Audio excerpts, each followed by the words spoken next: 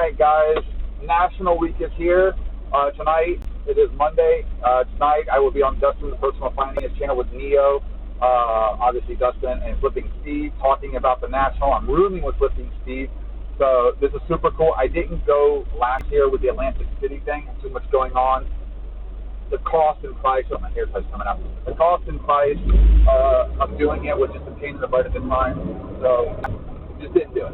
So I missed out on the 5-mile hike for pizza that Neo still talks about. There was no Hattie B fried chicken run that his wife was able to facilitate for us. She's a very sweet person. And again, I'm looking forward to making some more memories, having a good time, enjoying the hobby, just trying to bring some stuff to you guys, just going there to have a good time. Now, when you're there, if you've ever been to a national full bore, you don't sleep. There's no night time. You wake up and you're figuring out what you're doing and you're going to do it. You just keep rolling, and that's what I'm expecting here. So I'm expecting a good 3 or 4 day grind coming up, and it should be interesting. One of the things for video-wise, real quick, that I was watching the other day or yesterday was one of the channels was talking about another channel's interview with Nat Turner from PSA, and he basically admitted that they don't grade the same anymore.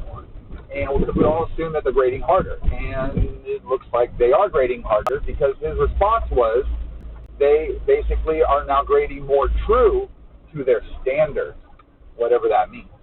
So we do know they grade harder. We do know certain cards do not get the grades they used to get. There's cards that are already graded better than the card that you send in.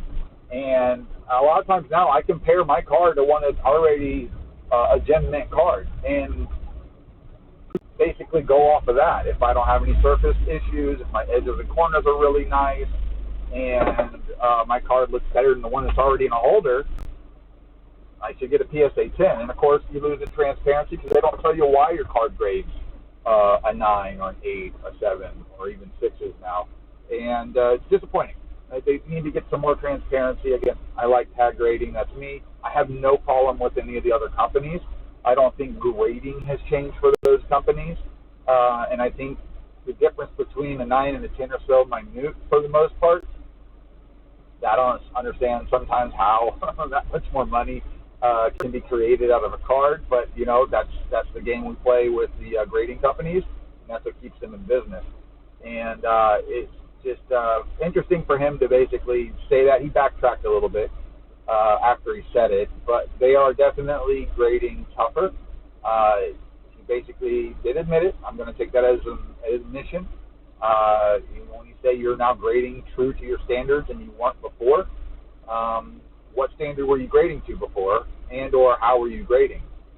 So, you know, they said they do use AI as well, which I've known they've used AI for a long time. They scan the cards still to get some data and information. For instance, their tool for centering, it's a digital thing. Somebody still looks at it, and we're never going to get to the point that I believe that you are not going to be able to have a human person review a card and get solely the grade only by the machine, just because of surface. Now, they might be able to do it for specific cards and be fine with it, because you could inlay a diagram of even a die cut or a chrome card. But some of these cards that have a lot of surface stuff on them naturally because of the way the card's built, I don't think those are going to be done as easy until the machine learns it. So maybe it is possible, but not truly possible. Does that make sense? But again, I'm more happy about tonight. We've got National Week coming up. By the end of tonight, I'm going to be fully packed, ready to roll.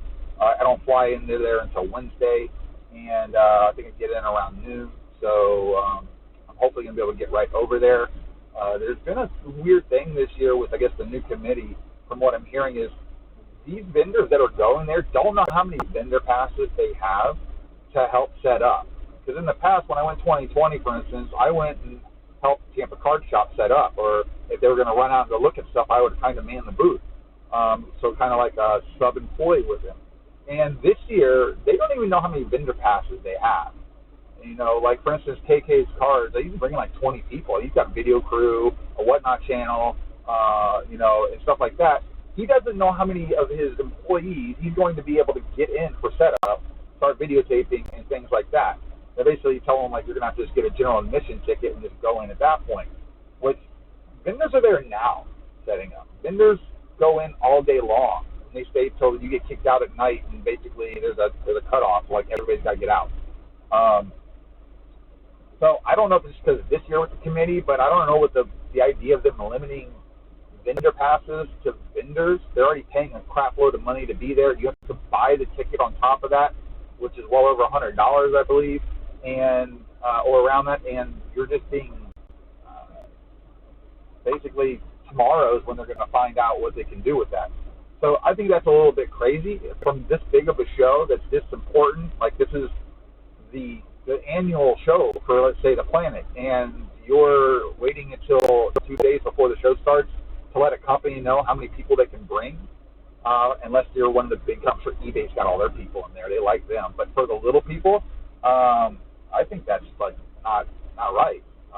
Let me know what you think about that. Again, tonight, Dustin, channel, Personal Finance. Dad, go to his channel. I will be there around 9:30, 10 o'clock when the show starts. He probably already has, I know he already has the headline out with the live that's going to go up later, so go check that out. Neo Flipping Steve will be there, and it will be a special guest. I do not know who it is, so it'll be special to me as well. All right, guys, take care. I'm getting into work here.